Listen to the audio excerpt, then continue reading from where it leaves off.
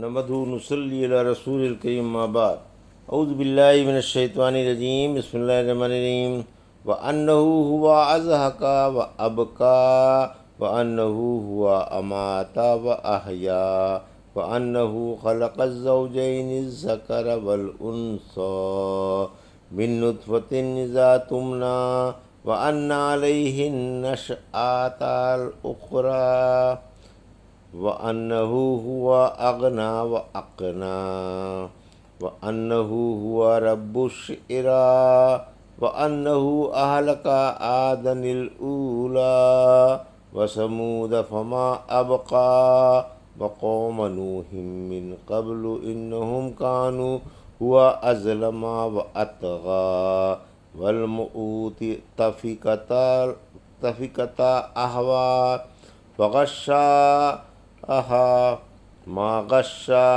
فبأي آلاء ربك تتمارى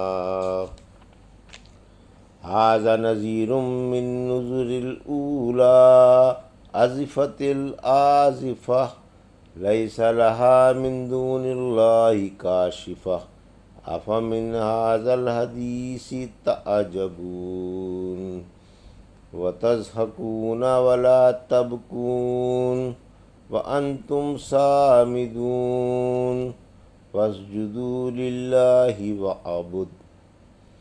آیت سجدہ ہے، سجدہ کر لیجئے۔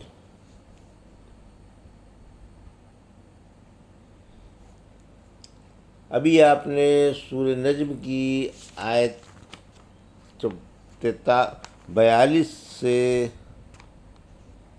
آیت 43 سے 62 کی تلاوت سماعت فرمائی۔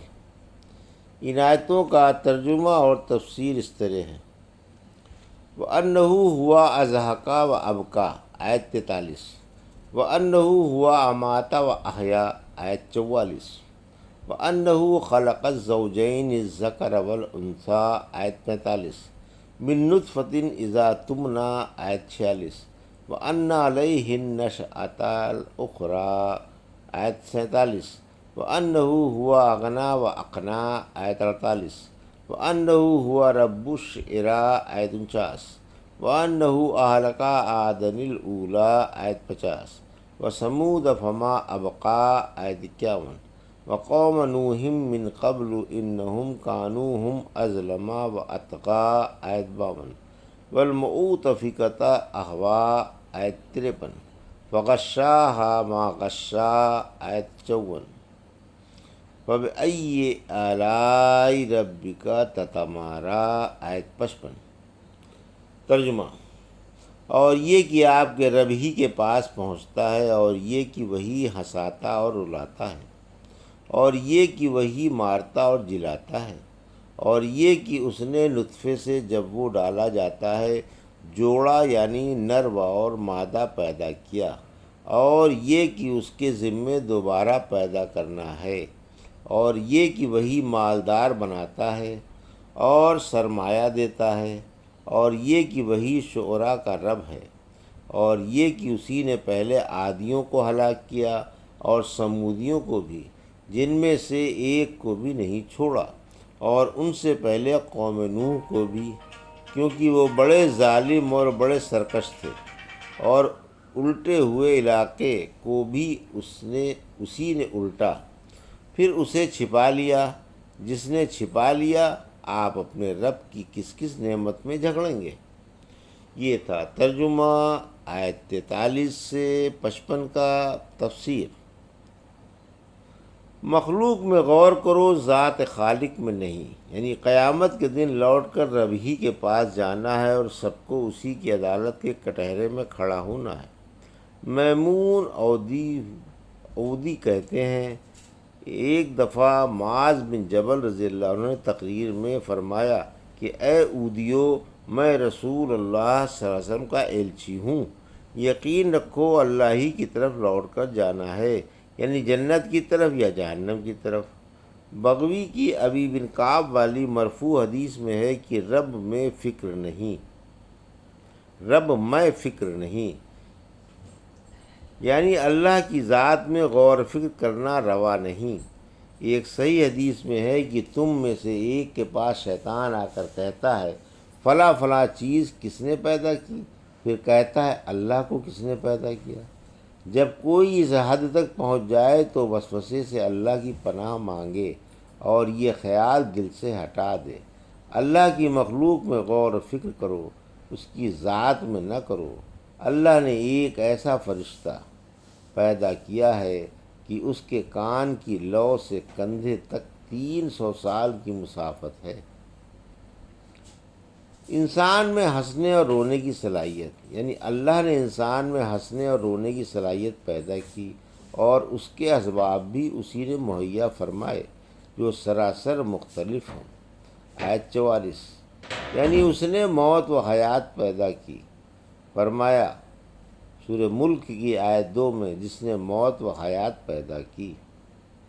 آیت 45-46، خالق موت و حیات اللہ ہے، اللہ ہی نے نطفے سے حیوان کا جوڑا بنایا، یعنی اس نے نطفے سے ہر حیوان کا جوڑا بنایا اور نر و مادہ پیدا کیے۔ سورہ قیامہ کی آیت 36-39 میں فرمایا کیا انسان کا یہ گمان ہے کہ وہ بیکار چھوڑ دیا جائے گا؟ کیا وہ ٹپکائی ہوئی منی کا ایک نطفہ نہیں تھا؟ پھر کیا وہ جمع ہوا خون نہیں تھا؟ پھر کیا اللہ نے اسے پیدا نہیں فرمایا اور اسے ٹھیک ٹھاک نہیں کیا اور اس سے جوڑا نر و مادہ نہیں بنایا؟ کیا اتنی بڑی قدرت والا رب مردوں کو زندہ کرنے پر قادر نہیں؟ آیت 47، زندگی بعد الموت کا ثبوت، یعنی جس طرح اللہ نے شروع میں انسان کو بلا نمونے کے پیدا کر دیا، اسی طرح وہ اس کے دوبارہ پیدا کرنے پر بھی قادر ہے۔ جب قیامت آئے گی تو سب کو دوبارہ پیدا کر دے گا۔ آیت 48، اللہ ہی مال دیتا ہے، یعنی اللہ ہی نے روپے پیسے لوگوں کے قبضے میں دے دیا جو ان کے پاس سرمایہ کے طور پر رہتا ہے۔ ابن عباس فرماتے ہیں اللہ نے دیا اور خوش ہوا، کسی کو مالدار بنا کر دوسروں کو اس کا محتاج بنا دیا، جسے چاہا امیر بنا دیا اور جسے چاہا فقیر بنا دیا۔ شعراء کا رب اللہ ہے، اللہ ہی کو پوجو۔ آیت 49، وہی شعراء کا رب ہے، شعراء ایک روشن تارہ ہے۔ جاہلیت میں بعض عرب اسے پوجتے بھی تھے۔ آیت 50، پہلی قوموں کی ہلاکت کا بیان، یعنی عاد بن ارم بن سام بن نوح علیہ السلام کی اولاد کو چونکہ یہ لوگ بڑے سرکش و مغرور تھے اس لیے تباہ کر دیے گئے۔ سورہ فجر کی آیت 6-8 میں فرمایا کہ آپ نے دیکھا نہیں کہ آپ کے رب نے عادیوں کے ساتھ کیا کیا، یعنی ارم کے ساتھ جو بڑے بڑے قداور تھے اور ان جیسے دنیا میں پیدا نہیں کیے گئے تھے۔ عادی بڑے شہزور، بڑے طاقتور اور بڑے سرکش تھے، اللہ کی اور اس کے رسول کی بڑی نافرمانی کرتے تھے۔ اللہ نے ان پر سخت و سرکش آندھی مسلط فرما دی، 7 رات اور 8 دن تک برابر چلتی رہی، جس سے وہ سب ہلاک ہو گئے۔ آیت 51، یعنی سمودیوں میں سے کسی کو بھی نہیں چھوڑا، سب کو موت کے گھاٹ اتار دیا۔ آیت 52، ان سے پہلے قوم نوح تھی جو بڑے ظالم و سرکش تھے اور بعد میں آنے والوں سے سرکشی میں بڑھے ہوئے تھے، ان کو بھی ہمگیر طوفان نے نہیں چھوڑا اور سب تباہ کر دیے گئے۔ آیت 53، یعنی اللہ نے لوطیوں کے شہر پلٹ دیے، نیچے کا حصہ اوپر اور اوپر کا حصہ نیچے کر دیا اور آسمان سے پتھر برسائے جس سے سب ہلاک ہو گئے۔ آیت 54، پھر ان شہروں کو پتھروں نے چھپا لیا، یعنی آسمان سے جو پتھر ان پر برسے تھے ان سے شہر چھپ گیا۔ سورہ نحل کی آیت 58 نے فرمایا اور ہم نے ان کے اوپر بارش کی، پھر ڈرائے ہوئے لوگوں کی بارش بڑی تھی۔ ان شہروں میں 4 لاکھ انسان آباد تھے، آبادی کی ساری زمین آگ، گندھک اور تیل بن کر ان پر بھڑک اٹھی جس سے سب ہلاک ہو گئے۔ آیت 55، اے انسان اللہ کی کس کس نعمت میں شک کرے گا؟ ھذا نذیر من نذر الاولیٰ۔ آیت 56، ازفت الآزفہ۔ آیت 57، لیس لہا من دون اللہ کاشفہ۔ آیت 58، افمن ھذا الحدیث تعجبون۔ آیت 59، وَتَضْحَكُونَ وَلَا تَبْكُونَ آیت 60، وَأَنْتُمْ صَامِدُونَ آیت 61، فَاسْجُدُوا وَلِلَّهِ وَاعْبُدْ آیت 62۔ یہ آیت 62 آیت سجدہ ہے، سجدہ کر لیجیے۔ ترجمہ: آپ بھی پہلے ڈرانے والوں کی طرح ایک ڈرانے والے ہیں، نزدیک آنے والی نزدیک آ گئی، اللہ کے سوا کوئی اسے ہٹانے والا نہیں۔ کیا پھر تم کو اس بات پر تعجب ہے اور تم دانت پھاڑ رہے ہو؟ روتے نہیں بلکہ تم کھیل رہے ہو، لہٰذا اللہ ہی کو سجدہ کرو اور اسی کی عبادت کرو۔ تفسیر۔ آیت 56، رحمت عالم صلی اللہ علیہ وسلم پہلے نبیوں کی طرح نبی ہیں۔ آپ یعنی محمد صلی اللہ علیہ وسلم پہلے ڈرانے والوں کی طرح ایک ڈرانے والے ہیں، یعنی انہی کی جنس سے ہیں اور انہی کی طرح رسول ہیں۔ سورہ اعقاف کی آیت 9 میں فرمایا، آپ فرما دیں کہ میں کوئی نیا رسول تو نہیں ہوں۔ آیت 57-58، قرب قیامت کی خبر، یعنی قیامت قریب آ گئی ہے، نہ تو کوئی اسے ہٹا سکے اور نہ کوئی اس کے آنے کا وقت مقرر کر سکے۔ نذیر یعنی چوکنا کر دینے والا، خواب کر خرگوش سے جگانے والا، خطرے کو دیکھ کر اس سے ڈرانے والا۔ رحمت عالم صلی اللہ علیہ وسلم نے فرمایا،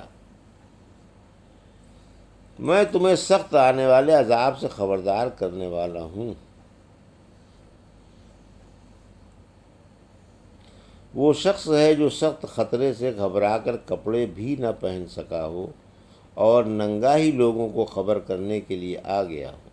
قیامت قریب آ لگی، آپ اس کی ہولناکیاں دیکھ کر قوم کو خواب غفلت سے جھنجھوڑ رہے ہیں کہ اب بھی اٹھ جاؤ ورنہ مجھ میں اور قیامت میں اتنا فاصلہ ہے جتنا ان 2 انگلیوں میں ہے۔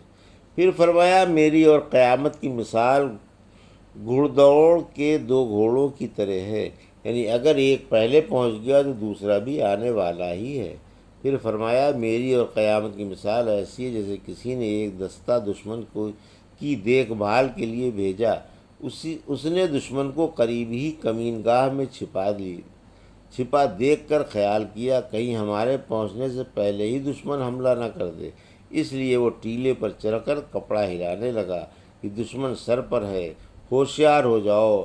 پھر آپ نے فرمایا، میں وہی ہوں۔ قرآن سے منہ پھیرنے والوں کی مذمت، آیت 59-60۔ اس میں ان لوگوں کی مذمت ہے جو قرآن سن کر اعراض کرتے اور بے پرواہی سے کام لیتے ہیں، یعنی قرآن کی صحت میں تمہیں کلام ہے، تم اسے سن کر بجائے رونے کے ہنستے ہو اور اس کا مذاق اڑاتے ہو، حالانکہ یقین کرنے والوں کی طرح تمہیں رونا چاہیے تھا۔ سورہ اسرا کی آیت 109 میں فرمایا، مومنوں کی تو یہ شان ہے کہ وہ قرآن سن کر روتے ہوئے سجدے میں گر پڑتے ہیں اور ان میں قرآن خشوع و خضوع اور بڑھا دیتا ہے۔ آیت 16، سامدون یعنی تم اعراض کر رہے ہو، قرآن سے غافل اور مغرور ہو۔ آیت 62، سجدہ اللہ ہی کے لیے ہے، مومنوں کو حکم ہے کہ اللہ ہی کو سجدہ کرے اور رسول اللہ صلی اللہ علیہ وسلم کی پیروی کریں۔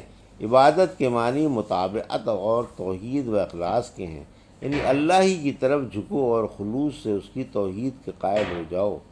ابن عباس اور فرماتے ہیں، نبی کریم صلی اللہ علیہ وسلم نے نجم میں سجدہ کیا اور آپ کے ساتھ مسلمان مشرکوں اور جن و انسانات سب نے سجدہ کیا۔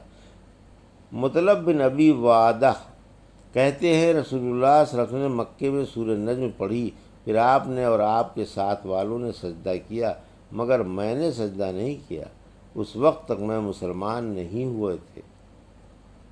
پھر تو جب یہ سورت سنتے پڑھنے والوں کے ساتھ ضرور سجدہ کرتے۔